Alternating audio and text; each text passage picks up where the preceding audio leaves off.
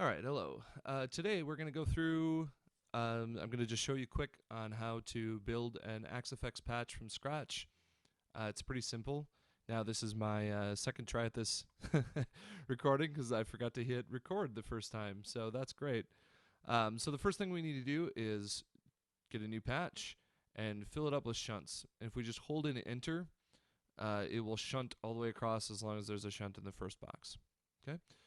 Then I like to just not pick the first one in case I want to add something in front of it. And then I'm just going to pick an amp. And I'm going to pick a cabinet.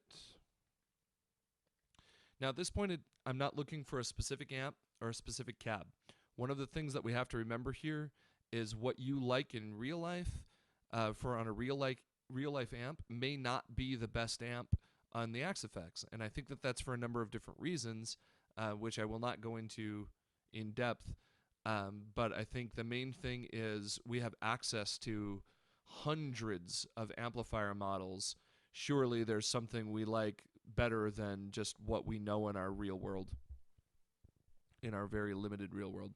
So I'm just going to grab an amp that I haven't screwed around with too much. Let's see, this Soldano 100 lead sounds like a good one to start with. Now I can tell by how bad that's hissing that this is going to be really effing loud. So the first thing I'm going to do is go over to the output level, and I'm going to turn this way down.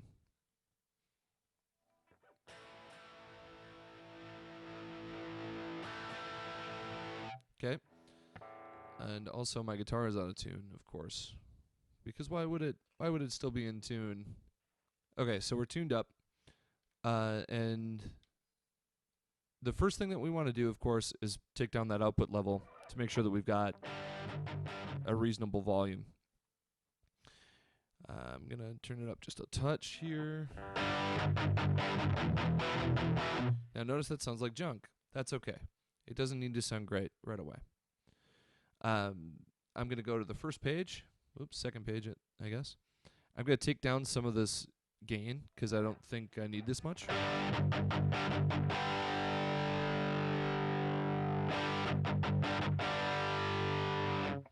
And then the next step is the power amp. Actually, no. The next step is the cabinet. So then I'm going to go over to this cabinet, and I'm just going to go to something that's got a 412 in it. I'm going to go up to the ultra res settings here and just kind of page through some of these to see what I like and what I don't like. Now I'm on an old firmware version. This is the AxeFX 2, not the XL. And I've got all of my ultra res saved up into like the 125 sections here. So I'm going to go to a 412 in the ultra res. And I'm just going to play, and I'm going to listen to how the sound opens up and gets to something pleasing just by changing the cabinet.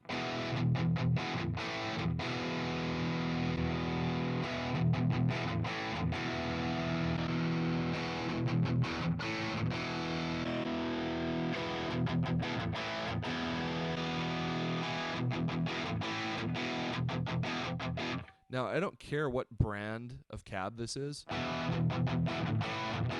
because I'm not paying attention to what my eyes are seeing. Like, I don't care if this is a recto cab or an orange cab, and I don't care if that's what somebody uses to match a head in the real world. I don't give a crap because I have 140 some or 150 cabs to choose from. I don't need to be restricted by the limitation of what I have in my studio.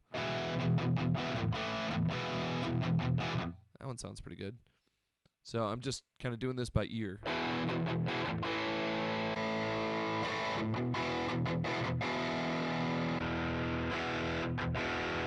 Nope. That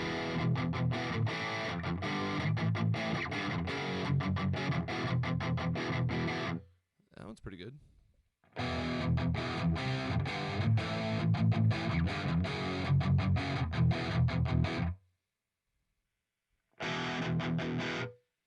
skipped one there.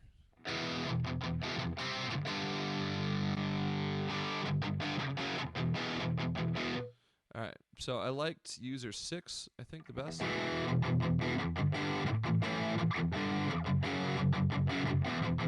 Nah.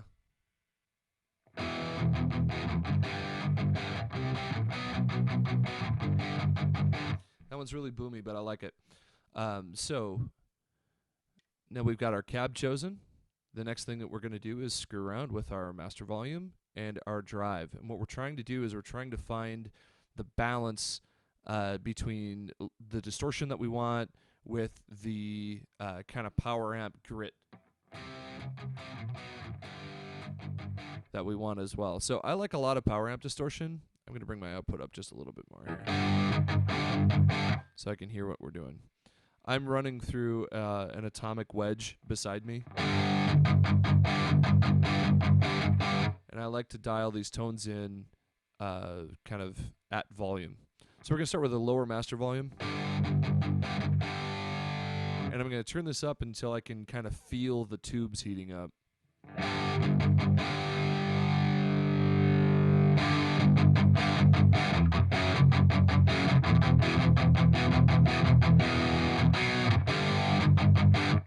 Yeah, I like that.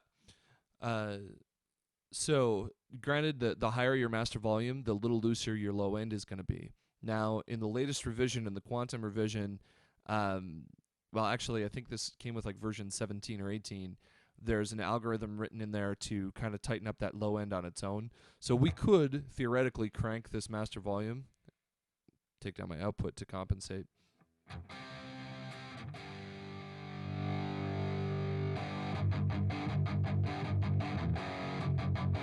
But it does kind of get a little muddy.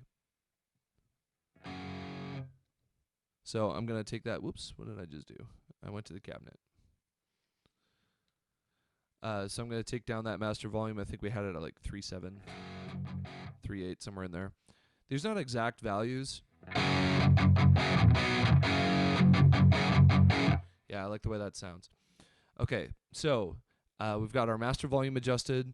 I think we've got enough gain on it.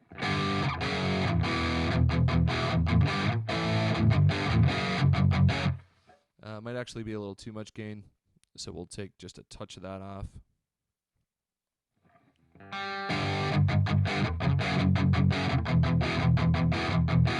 And I'm not paying attention to any of the numbers that are above the dials because I don't care.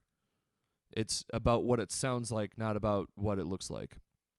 Now, that's a bit boomy, right? So there's a couple of ways that we can deal with that. The first way we're going to deal with that is I'm just going to take a little bit of the bass down.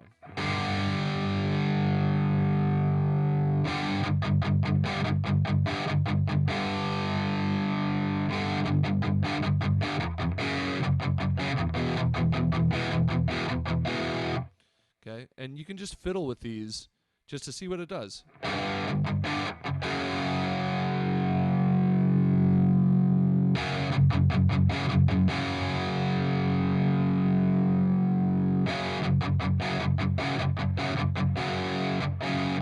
Yeah, I like that. It's still thick, but it's not overly thick.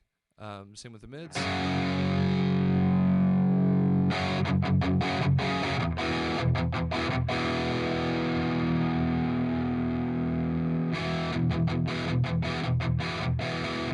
So I like a lot of mids, but you got to be careful with this, otherwise it'll sound maybe a little too hollow.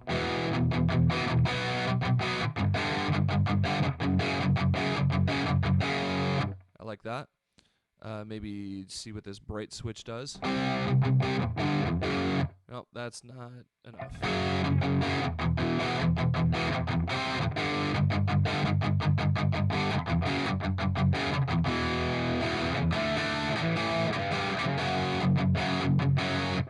So I think I went a little overboard on the mids. I'll take a little bit of that back out. Okay, so now we've got a couple of things here. We've got a lot of kind of low end that we need to tighten up a little bit, and we've got a lot of high end that is just kind of way out there. It's a little bit out of control. So the first thing that we're going to look at for the low end is the speaker frequency or the speaker resonance. It's just the SPKR tab. Now, the low frequency here, this is how the power amp is interacting with the resonance of the cab. So if we, it defaults to 110 because most 412 cabs are defaulted or are around 110. So what I like to do is come down to like maybe 95 or so, and then what I'm listening for is the cabinet to kind of resonate, if that makes any sense. So I'm just gonna kind of chug a low E, and I'm gonna go through. Whoops, I just accidentally hit that with my knuckle. Then I'm just gonna go through and slowly raise that.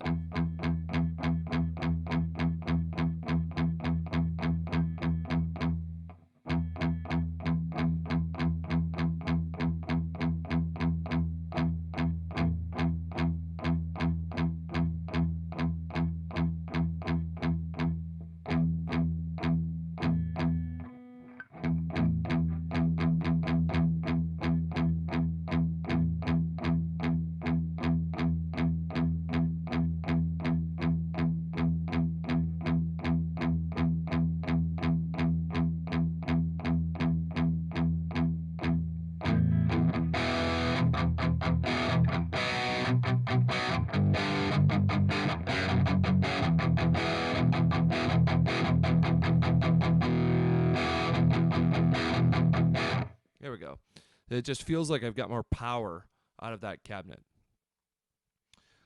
So the next thing is going to be to kind of clean up some of that. You can adjust like your sag. This is more of a feel. This is the dynamics tab. I usually don't screw with that at all. I'll go into the advanced tab, and I'll look at two things. I'm going to look at our high cut and our low cut frequencies. Now, anytime that you're in a mix, you're going to be run through a board with a high-pass filter on it. Now, those high-pass filters generally start at about 75 hertz. I've seen them as high as 100 and 120. So this is going to help us control a lot of that boominess.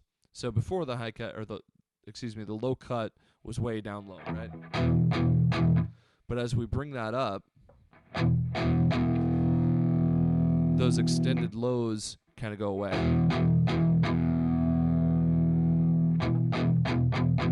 Now, I like mine a little higher than most people. I'm not afraid to get up there around 110.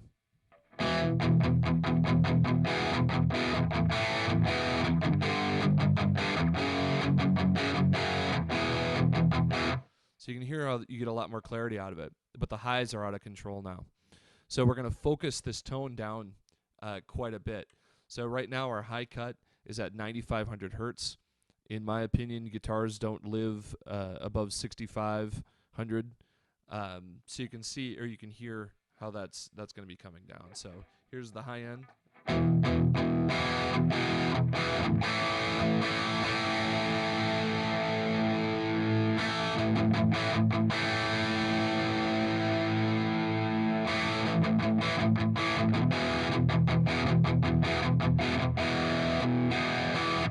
So you can hear how that kind of gets controlled as I bring this down. Now, a lot of guys will argue that you need those high-end stuff for air in the guitar tone, but I'm a live player. I'm not really a studio guy. And so live, all of that air is going to come from the room. It's going to come from front-of-house EQ. It's going to just muddy up the mix, in my opinion, if you've got it in your guitar. So I use in-ear monitors. And it's really, really super important for me to have a nice focused tone, and I do that through these low and high cuts. If I don't have this high cut on, I'll get confused sonically with the other guitar player. And as soon as the drummer hits some cymbals or anything like that, you end up losing your guitar in the mix because it's got too much of this upper register air stuff. I'm so technical, I know.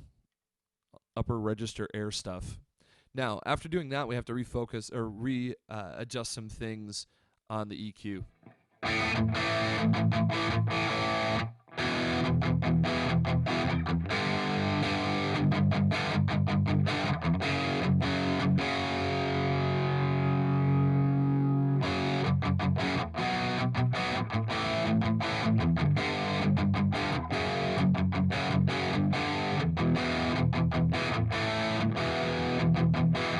Also, make sure you're dialing this in at a pretty good volume. You don't want to be way the fuck up, but like make sure that you're dialing it in at the volume you're going to be playing at.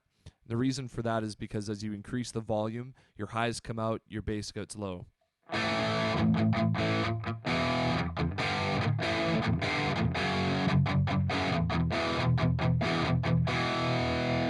Yeah, so there we go.